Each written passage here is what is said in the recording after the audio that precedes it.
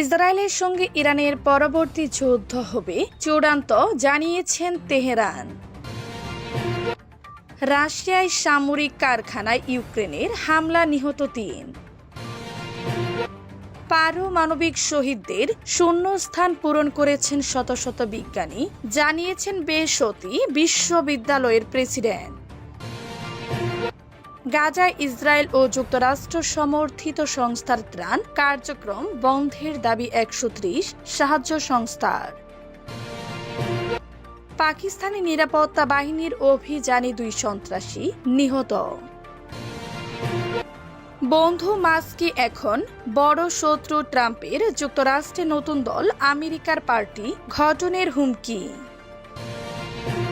এতক্ষণ শুনছিলেন বিশ্ব আলোচিত খবরের সংবাদ শিরোনাম। এবার বিস্তারিত। আমাদের খবরটি যদি ভালো লেগে থাকে অবশ্যই লাইক, কমেন্ট, শেয়ার করতে ভুলবেন না।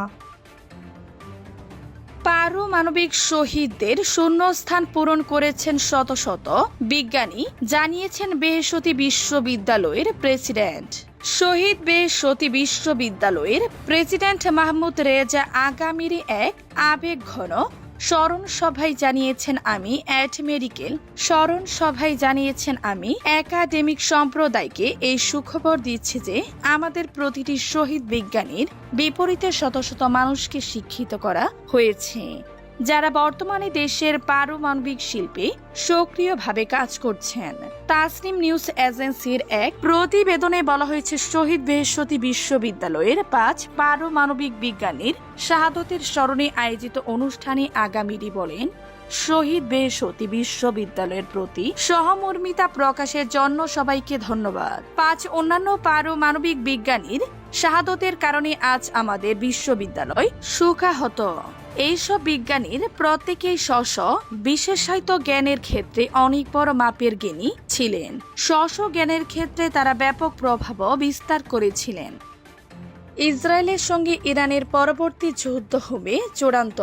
ইসরায়েলের সঙ্গে ইরানের পরবর্তী সংঘাত চূড়ান্ত সংঘর্ষ হবে বলে জানিয়েছে তেহরান। রাশিয়ার সংবাদ মাধ্যম আরটিকে এ তথ্য জানিয়েছে ইরানের একটি সূত্রটি জানিয়েছে, ইরান এখন ইসরায়েলের দুর্বলতা সম্পর্কে সচেতন এবং দেশটির কাছে এখনো বহু উন্নত ক্ষেপণাস্ত্র রয়েছে, যা ইসরায়েলের আকাশ প্রতিরক্ষা ব্যবস্থাকে ভেদ করতে সক্ষম। গত ১২ জন দিবাগত মধ্যরাতে ইরানের উপর হামলা চালায় ইসরায়েল। ইহুদিবাদী দেশটির দাবি, তেহরান পারমাণবিক বোমা তৈরির শেষ পর্যায়ে রয়েছে। ইসরায়েলের বিমান হামলায় ইরানের পারমাণবিক ও সামরিক স্থাপনাগুলোর পাশাপাশি শত শত মানুষ এবং বেশ কয়েকজন উচ্চপদস্থ সামরিক কর্মকর্তা ও বিজ্ঞানী নিহত হন, যারা পারমাণবিক কর্মসূচির সঙ্গে জড়িত বলে ধারণা করা হয়। ২২ জুন যুক্তরাষ্ট্র ইরানের ৩টি পারমাণবিক স্থাপনায় হামলা চালায়, যার মধ্যে ছিল নাতাঞ্জ ও ফোর্দোর ইউরেনিয়াম সমৃদ্ধকরণ কেন্দ্র। পাকিস্তানে নিরাপত্তা বাহিনীর অভিযানে ২ সন্ত্রাসী নিহত। পাকিস্তানের কুররুম জেলার তেরি মঙ্গল এলাকায় নিরাপত্তা বাহিনীর অভিযানে ২ সন্ত্রাসী নিহত হয়েছে। নিরাপত্তা বাহিনী জানিয়েছে, মঙ্গলবারের এই অভিযানে নিহতরা তালিকাভুক্ত সন্ত্রাসী। নিরাপত্তা বাহিনী বিবৃতি জানিয়েছে, এই দুজন ২০২৩ সালে তেরি মঙ্গল এলাকায় স্কুল শিক্ষকদের উপর হামলার ঘটনায় জড়িত ছিলেন। ওই হামলায় জড়িত প্রত্যেকের মাথার দাম ছিল ৫০ লাখ রুপি। নিরাপত্তা বাহিনীর তথ্য মতে তারা একটি গোষ্ঠীর সদস্য ছিল। তারা তেরি মঙ্গলে ৫ শিক্ষককে হত্যার জন্য দায়ী।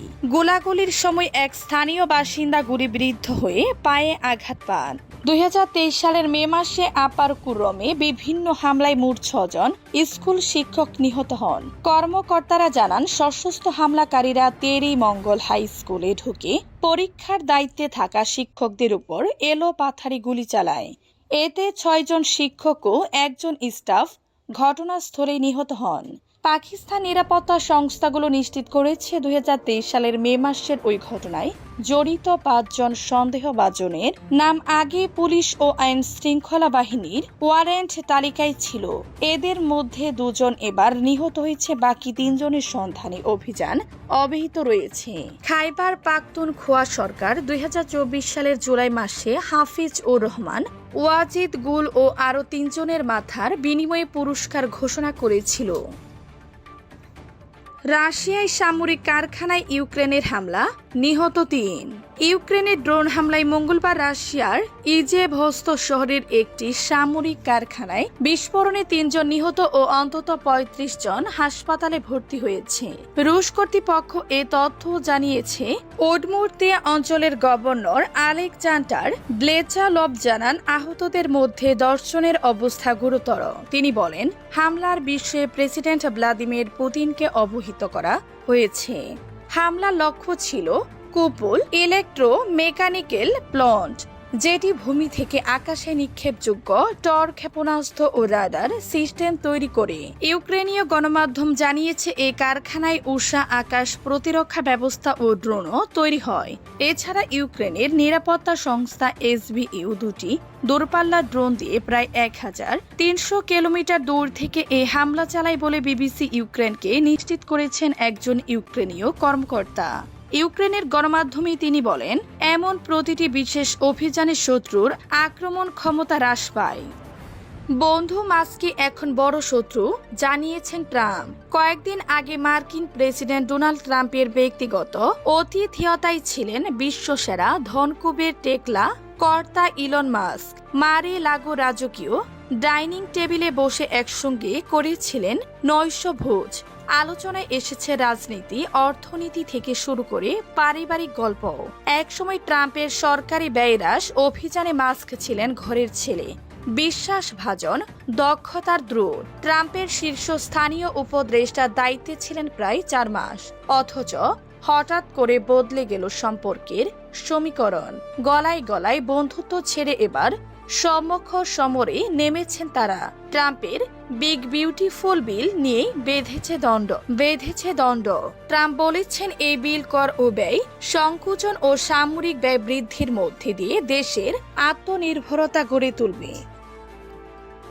গাজায় ইসরায়েল ও যুক্তরাষ্ট্র সমর্থিত সংস্থার ত্রাণ কার্যক্রম বন্ধের দাবি ১৩০ সাহায্য সংস্থার।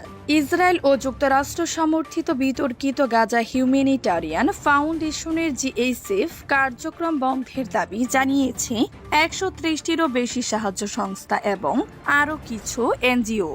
মে মাসের শেষের দিকে এই সংস্থাটি গাজায় কার্যক্রম শুরুর পর থেকে প্রায় ৫০০ ফিলিস্তিনি হত্যাকাণ্ডের শিকার হয়েছেন। এছাড়া আহত হয়েছেন আরও প্রায় ৪,০০০ মানুষ। যেসব সংস্থা বিতর্কিত এই সংস্থাটির কার্যক্রম বন্ধের দাবি করেছে, যার মধ্যে অক্সফাম, সেভ দ্য চিলড্রেন ও অ্যামনেস্টির মতো সংস্থা রয়েছে। তারা বলেছে, সাহায্য প্রার্থী ফিলিস্তিনদের লক্ষ্য করে ইসরায়েলি সেনা ও সশস্ত্র গোষ্ঠীগুলো নিয়মিতই গুলি চালাচ্ছে। ইসরায়েল তাদের সেনাদের ইচ্ছাকৃতভাবে সাহায্য গ্রহণকারীদের উপর গুলি চালানোর অভিযোগ প্রত্যাখ্যান করেছে। তারা GHFকে সমর্থন করে বলেছে, সংস্থাটি হামাসের হস্তক্ষেপ এড়িয়ে যাদের সাহায্য দরকার সরাসরি তাদের সাহায্য দিচ্ছে।